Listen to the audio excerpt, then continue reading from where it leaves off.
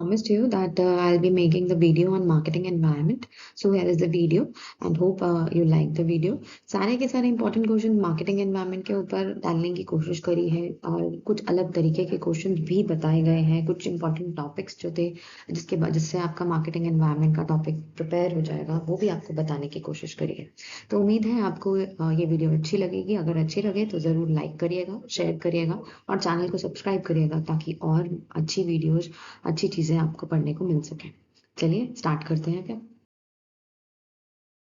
है वो simple marketing के बारे में है। तो क्वेश्चन है the term caveat emptor means the seller be aware, the buyer be aware, both of the above, none of the above.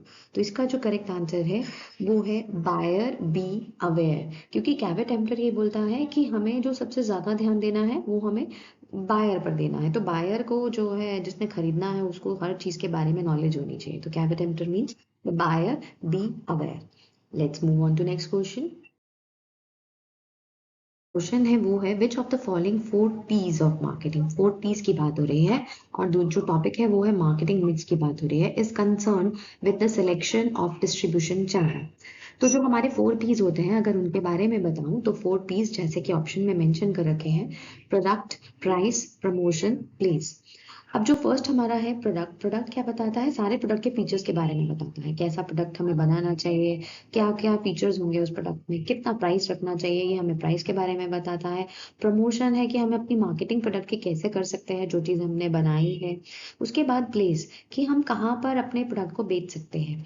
तो यहाँ पर जो हमारा क्वेश्चन मेंशन है which of the following 4 P's of marketing mix is concerned with the selection of distribution channel. Distribution channel हमारा क्या होता है? रिटेलर से होलसेलर। आपका जब बेसिकली जब प्रोडक्ट बना तो वो मैन्युफैक्चरर ने बनाया, मैन्युफैक्चरर ने उसको होलसेलर को बेचा या डिस्ट्रीब्यूटर को बेचा और उसके बाद वो रिटेलर तक पहुंचा, रिटेलर ने कस्टमर तक पहुंचाया। तो ये जो हमारा जो ये सर्कल आपको मैंने बताया इसको बोलते हैं channel. Physical distribution channel normal correct भी हो सकता है, मतलब डायरेक्ट चैनल भी हो सकता है, इनडायरेक्ट चैनल भी हो सकता है। तो इस क्वेश्चन का जो करेक्ट आंसर है वो है option number 4, that is place. है which of the following is not among the 4 P's। यहाँ पर पूछा गया है not among the 4 P's of marketing mix. तो सबसे पहला ऑप्शन आपके पास प्रोसेस है, फिर प्राइस है, प्लेस है, प्रोडक्ट है। तो अभी पिछले वाले क्वेश्चन में हमने डिस्कस किया 4 P's होते क्या है? प्राइस, प्रोडक्ट, प्लेस, प्रमोशन होता है। तो यहाँ पर जो हमारी ऑप्शन फर्स्ट है वो हमारी करेक्ट ऑप्शन है, मतलब हम इस क्वेश्चन को सूट करती है कि प्रोसेस जो है वो हमारे 4 P's में नहीं आता है। Let's move on to next question. Question की तरफ बढ़ने से पहले आपको 2 फैक्टर्स के बारे में बताना है। सबसे पहला हमारे पास है कंट्रोलेबल फैक्टर्स और दूसरा हमारे पास आता है अनकंट्रोलेबल एनवायरनमेंट या अनकंट्रोलेबल फैक्टर्स। तो कंट्रोलेबल फैक्टर्स कौन से होता है? Factors which are within the grip of the firm and easy to adjust and to suit the changes. जिस तरह के भी चेंजेस मार्केट में आ रहे हो, हमारी जो कंपनी है, हमारी जो फर्म है, वो अगर उनको कंट्रोल कर पाती है, उनके पावर में है, उनके ग्रिप में है, तो हम उनको कंट्रोलेबल फैक्टर्स बोलते हैं। अनकंट्रोलेबल में हमारा माइक्रो एनवायरमेंट, मैक्रो एनवायरमेंट होता है। तो ये अनकंट्रोलेबल एनवायरमेंट या अनकंट्रोलेबल फैक्टर्स ऐसे फैक्टर्स होते हैं जो कि कंपनी के फर्म के कंट्रोल में नहीं होते। तो यहाँ तक आपको मीनिंग क्लियर होगा। अब इससे रिलेटेड क्वेश्चंस करते हैं। नेक्स्ट क्वेश्चन है marketing mix elements, that is product, price, place, promotion are. दो ऑप्शंस, पहली 2 ऑप्शंस है uncontrollable variables, controllable variables, next is changeable variables and fourth is all of the above. अब देखो यहाँ पे जो एलिमेंट्स की बात हो रही है वो पहला है प्रोडक्ट, दूसरा हमारे पास है प्राइस, तीसरा हमारे पास है प्लेस और फिर हमारा है प्रमोशन। अगर हम किसी भी मैन्युफैक्चरर की बात करें तो प्रोडक्ट जो है क्या बनाना है वो उसके कंट्रोल में है, प्राइस कितना रखना है वो भी उसके कंट्रोल में है, प्लेस कहाँ पर उसको बेचना है, उसकी मार्केट कौन सी होगी, कौन सी मार्केट उसको कैप्चर करनी है, वो भी उसके कंट्रोल में है। और साथ में प्रमोशन, की प्रमोशन का मेथड कौन सा यूज करना है। तो यहाँ पर जो हमारा करेक्ट आंसर होना चाहिए वो होना चाहिए option number 2, that is controllable variables. has given the four basic elements of marketing mix। यहाँ पर क्वेश्चन को ध्यान से पढ़ना, फोर बेसिक एलिमेंट्स की बात हो रही है कि एलिमेंट्स किसने दिए हैं। सबसे पहले जो ऑप्शन दे रखे हैं उनमें है NH बोर्डन। जो NH बोर्डन है उन्होंने हमारे मार्केटिंग मिक्स का कंसेप्ट दिया था। यहाँ पर क्वेश्चन में है four basic elements. Next option है मैककार्थी। मैककार्थी ने हमारे फोर बेसिक एलिमेंट्स दिए हैं, तो करेक्ट ऑप्शन जो है इस क्वेश्चन का आंसर जो है four basic elements were given by McCarthy. Philip Kotler is known as the father of marketing. William J Stanton ने बहुत सारी डेफिनेशन दी है मार्केटिंग को एक्सप्लेन करने के लिए। तो इन दोनों फर्स्ट एंड सेकंड ऑप्शंस में बहुत ज़्यादा कंफ्यूजन हो जाती है जब इस तरह का क्वेश्चन आता है, लेकिन क्वेश्चन को ध्यान से पढ़ा जाए तो जब हमें फोर बेसिक एलिमेंट्स के बारे में पूछा जाएगा किसने दिए हैं, तो वो मैककार्थी होगा।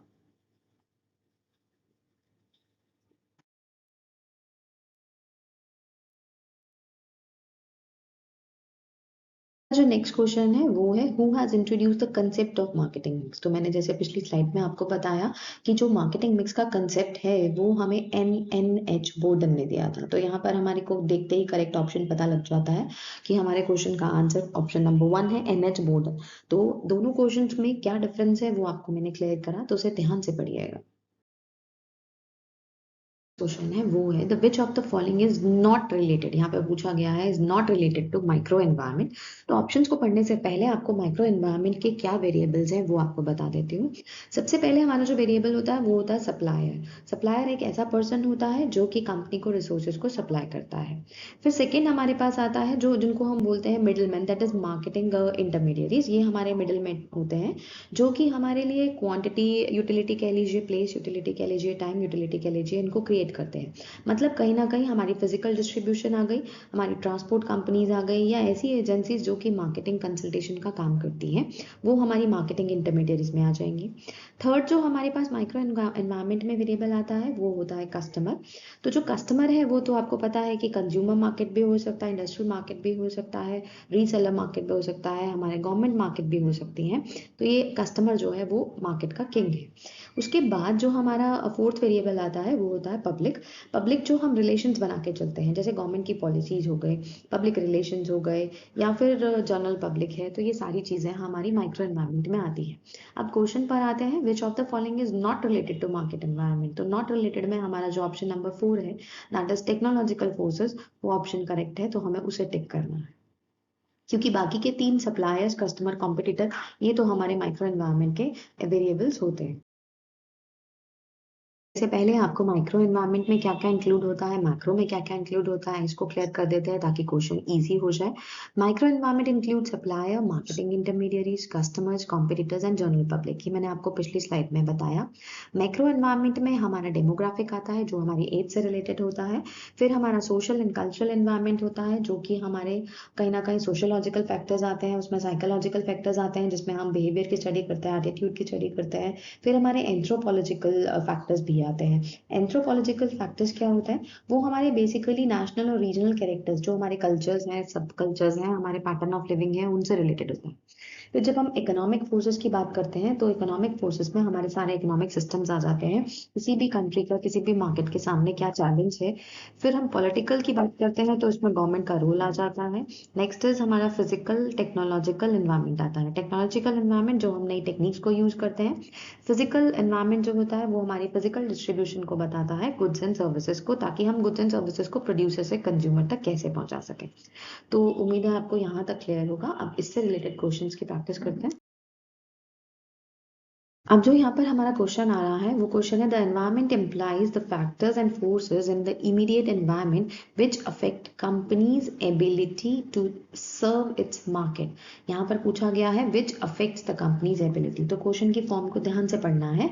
कोई भी ऐसा फैक्टर जो कि जिसकी वजह से कहीं ना कहीं इमीडिएट इफेक्ट पड़ता है कंपनी की एबिलिटी से रिलेटेड। तो जब हम कंपनी की एबिलिटी से रिलेटेड की बात करेंगे तो यहाँ पर हमारा ऑप्शन नंबर 1 जो है वो करेक्ट आना चाहिए। तो answer is option number 1, that is microenvironment. Those factors which are external forces, यहाँ पर external forces की बात हो रही है in the company's activities and do not concern the immediate environment refers to। पहली बात तो एक्सटर्नल फोर्सेस की बात हुई और दूसरी बात डू नॉट कंसर्न आया यहाँ पर कि हमें कहीं ना कहीं इमीडिएट एनवायरनमेंट को नहीं देखना है जिससे कंपनीज की एक्टिविटीज पर कोई इफेक्ट पड़ रहा है। तो जब इंटरनली हमें कुछ नहीं देखना है तो हमारा जो आंसर होगा वो होगा मैक्रो एनवायरनमेंट, ये इसका करेक्ट ऑप्शन है। Those forces which directly affect the market operation ability of the company are, यहाँ पे जो क्वेश्चन पूछा गया है उसमें directly affect the market operation ability of the company है। तो जब हम डायरेक्टली की बात करते हैं जिनसे सीधा सीधा इफेक्ट पड़ता है तो वो कंट्रोलेबल होता है। तो ऑप्शन देखना या ऑप्शन में से सीधा सीधा आंसर पता लगा लेना तो वो कंट्रोलेबल है क्योंकि हम डायरेक्टली अफेक्ट की बात कर रहे हैं। तो हमारी फर्स्ट ऑप्शन जो है forces which indirectly affect the market operation ability of the company। अब यहाँ पे क्वेश्चन में जो हमारे पास क्वेश्चन है उसको ध्यान से देखा जाए तो इनडायरेक्टली अफेक्ट की बात हो रही है। जब हम डायरेक्टली की बात करते हैं तो कंट्रोलेबल फैक्टर्स होते हैं, इनडायरेक्ट जिनको हम कंट्रोल नहीं कर पाते हैं तो हमारा जो ऑप्शन है उनमें दे रखे हैं controllable, uncontrollable, micro and none of the above. तो हमारी सेकेंड ऑप्शन जो है वो करेक्ट होनी चाहिए जो कि हमारे क्वेश्चन को सूट करती है। Indirectly affect, these are uncontrollable forces और अनकंट्रोलेबल फैक्टर्स है वो है anthropological factors that influence marketing belongs to.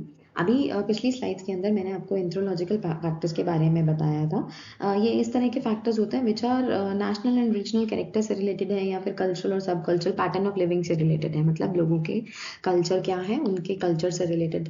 तो जब हम अपनी ऑप्शंस देखेंगे तो उसमें डेमोग्राफिक है वो एज से रिलेटेड होता है, सोशल फोर्सेस नेचुरल है सोसाइटी से रिलेटेड है, हमारे पब्लिक से रिलेटेड है, इकोनॉमिक फोर्सेस हमारे इकोनॉमिक सिस्टम से रिलेटेड है, फिजिकल फोर्सेस जो हमारी डिस्ट्रीब्यूशन चैनल्स हैं उनसे रिलेटेड है। तो हम एंथ्रोपोलॉजिकल फैक्टर्स की जब बात करते हैं तो क्योंकि उसमें हमारा कल्चर सब कल्चर आ रहा है, हमारा नेशनल और रीजनल फोर्सेस आ रहे हैं, तो यहाँ पर हमारा सेकेंड ऑप्शन जो है वो करेक्ट है, that is social forces. Next question है वो है when a change in the consumer taste and preferences and market structure. तो अब जो सबसे पहले ध्यान दिया जाए वो है कंज्यूमर की टेस्ट और प्रेफरेंसेस में चेंज आए और दूसरी हमारे सामने है market structure in general occurs is termed as. तो जो ऑप्शन दी हुई है उसमें सबसे पहले ऑप्शन है market inertia. Inertia basically science की टर्म है जो कि डिस्क्राइब करती है किसी भी फिजिकल ऑब्जेक्ट जो चेंज को रेजिस्ट कर सके। तो जब हम मार्केट इनर्शिया की बात करते हैं तो उसमें हमारी जो टर्म आती है मार्केट इनर्शिया की मीनिंग निकालें तो यहाँ पर हम बेसिकली बात करेंगे तो कुछ स्पेसिफिक इंडिकेटर्स की बात करेंगे जो कि कहीं ना कहीं प्रेफरेंसेस को चेंज नहीं कर पाती, कंज्यूमर के टेस्ट या प्रेफरेंस को कहीं मीट नहीं कर पाती है। उसके बाद हमारी जो नेक्स्ट ऑप्शन आती है वो मार्केट ड्रिफ्ट आता है। मार्केट ड्रिफ्ट मीन्स कहीं ना कहीं साइडवेज चेंज होता है हमारा यहाँ पर और वो जो चेंज इम्पैक्ट डालता है वो प्राइसेस में कहीं ना कहीं चेंज है या फिर कुछ स्पेसिफिक टाइम पीरियड के लिए कुछ चेंजेस आ रहे हैं जर्नल मार्केट में, जनरल पब्लिक की प्रेफरेंस में। नेक्स्ट थर्ड ऑप्शन है मार्केट प्लानिंग। तो मार्केट प्लानिंग का मतलब कि हमें प्लान करनी है अपनी सारी चीज़ें, कौन सा प्रोडक्ट बनाना है, कैसे बनाना है। मार्केट चेंज का मतलब है किस तरह का मार्केट के अंदर चेंजेस निकल कर आ रहे हैं। वो चेंज हमारा डेमोग्राफिक फैक्टर्स की वजह से भी हो सकता है, सोशल फैक्टर्स की वजह से भी हो सकता है, अगर कहें तो फिजिकल फैक्टर्स की वजह से भी हो सकता है। तो अब यहाँ पर क्वेश्चन को दोबारा देखते हैं फिर करेक्ट आंसर फाइंड आउट करने की कोशिश करते हैं। when a change in the consumer taste and preferences and market structure in journal occur। अगर हम सिर्फ यहाँ पर कंज्यूमर टेस्ट और प्रेफरेंस की बात करते हैं तो कहीं ना कहीं मार्केट चेंज हो सकता था, साथ में मार्केट स्ट्रक्चर भी है। तो हम जर्नल टर्म्स में बात कर रहे हैं इन जर्नल ऑकर्स, तो इस केस में जो है हमारा सेकेंड ऑप्शन मार्केट ड्रिफ्ट जो है वो करेक्ट रहेगा बिकॉज मार्केट ड्रिफ्ट जो है वो हमें स्पेसिफिक टाइम पीरियड के लिए कुछ ना कुछ चेंजेस बताता है जो चेंजेस कहीं ना कहीं मूवमेंट के बारे में दिखा रहे हैं और बैलेंस शो करते हैं। तो यहाँ पर कंज्यूमर टेस्ट और प्रेफरेंस दोनों चेंज हो रहे हैं हमारे और मार्केट स्ट्रक्चर भी चेंज हो रहा है। है transportation, warehousing and storage belong to which P of the marketing mix. तो यहाँ पे ट्रांसपोर्टेशन जो गुड्स इधर से उधर ले जाने हैं, वेयर हाउसिंग जिनको हमने स्टोर करके रखना है जब तक कि वो हमारे केस ऑफ जहाँ तक हमने बेचना है वहां तक नहीं पहुंच पाते, स्टोरेज भी हमें गुड्स को स्टोर करके रखना है। तो यहाँ पर ऑप्शन है प्राइस, प्रोडक्ट, प्लेस, प्रमोशन। तो नेचुरल है कि जो हमारा पी इस क्वेश्चन से कनेक्टेड है वो हमारा ऑप्शन नंबर 3 है, that is place. Which of the following is the level of marketing planning. यहाँ पे बात हो रही है मार्केटिंग प्लानिंग की बात हो रही है। तो हमारी जो ऑप्शंस है वो है strategic planning, tactical planning, operational planning और ऑल ऑफ द अबव। अब नेचुरली जब हम मार्केटिंग प्लानिंग की बात करेंगे तो जैसे फर्स्ट ऑप्शन हमें गिवन है स्ट्रैटेजिक प्लानिंग की, हम स्ट्रैटेजीज बना के चलेंगे। सेकंड है काम को कैसे करना है, टैक्टिक्स जो है वो टैक्टिकल प्लानिंग होगी। हमारी ऑपरेशनल प्लानिंग जिसमें हम ऑपरेट करेंगे, मतलब कहाँ पर किसको कैसा काम करना है वो सारी चीजें। तो यहाँ पर हमें मार्केटिंग की ओवरऑल प्लानिंग करनी है, तो ऑब्वियसली हमारा जो करेक्ट ऑप्शन होगा वो होगा option number 4, that is all of these. इसमें सब कुछ इंक्लूड होगा, strategic planning, tactical planning, operational. SBU stands for, अब SBU सबने सुना हुआ होगा। ऑप्शंस है strategy of business unit, strategic business unit, सब बिजनेस यूनिट और नन ऑफ द अबव। तो SBU stands for strategic business unit. ये हमारा ऑप्शन नंबर 2 जो है वो हमारा करेक्ट आंसर है। तो उम्मीद है यहाँ तक के क्वेश्चंस आपको बिल्कुल clear. Is in the industry runner up firm is called।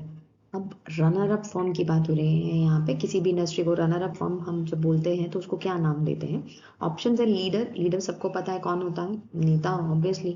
Next is challenger, जो बहुत सारे चैलेंजेस को फेस कर कर कहीं ना कहीं चैलेंजर बनता है। नेक्स्ट इज इनोवेटर, इनोवेटर को जो नई टेक्निक्स यूज कर रहा है, कुछ ना कुछ अपने माइंड को यूज करके इनोवेशन, नई चीजें लाकर, इनोवेटर कहलाता है। और नन ऑफ द अबव। तो यहाँ पर जब बात करें तो इंडस्ट्री रनर अप की बात कर रहे हैं, तो रनर अप के लिए ऑप्शन जो हमारा 2 है चैलेंजर, वो इस आंसर को बेस्ट सूट करता है। Intensive work growth strategies develop new markets for its current product is। यहाँ पर जो क्वेश्चन है, क्वेश्चन को बहुत ध्यान से पढ़ना है। यहाँ पर बात हो रही है करंट प्रोडक्ट की डेवलपमेंट की। तो जो हमारी ऑप्शंस है वो है market penetration strategy, market development strategy, product development strategies. ये सारी स्ट्रैटेजीज के बारे में पढ़ा हुआ होगा आपने। प्रोडक्ट में न्यू प्रोडक्ट डेवलपमेंट की बात कर रहे होंगे। मार्केट पेनिट्रेशन, प्रोडक्ट को पहले ज़्यादा प्राइसेस पे रखना है या कम प्राइसेस पे रखना है, ये भी आपने पढ़ा हुआ होगा। Next is product development strategies, कि प्रोडक्ट को स्टेप बाय स्टेप हमने कैसे बनाना है। तो यहाँ पर ऑब्वियसली डेवलप मार्केट, सबसे पहले बात हुई ग्रोथ की स्ट्रैटेजी, फिर बात हुई डेवलप न्यू मार्केट्स की, और किस लिए, हमारे करंट प्रोडक्ट के लिए। तो इसका जो करेक्ट ऑप्शन है वो है product development strategy, that is option number 3। Video, उम्मीद है आपको ये वीडियो पसंद आई होगी। अगर पसंद आई हो तो ज़रूर लाइक करो, शेयर करो, सब्सक्राइब करो चैनल को, और ज़्यादा से ज़्यादा शेयर कर सको ताकि दूसरे जो लोग हैं उनको भी ये वीडियो अच्छी लगे, जो भी पढ़ पाए। और नेक्स्ट वीडियो के लिए नोटिफिकेशन बेल ऑन कर लीजिए, जो मार्केटिंग के नेक्स्ट टॉपिक पर होगी। And this video will be useful for preparing your UGC net exam, either for commerce और whether you are going for management. So all the best.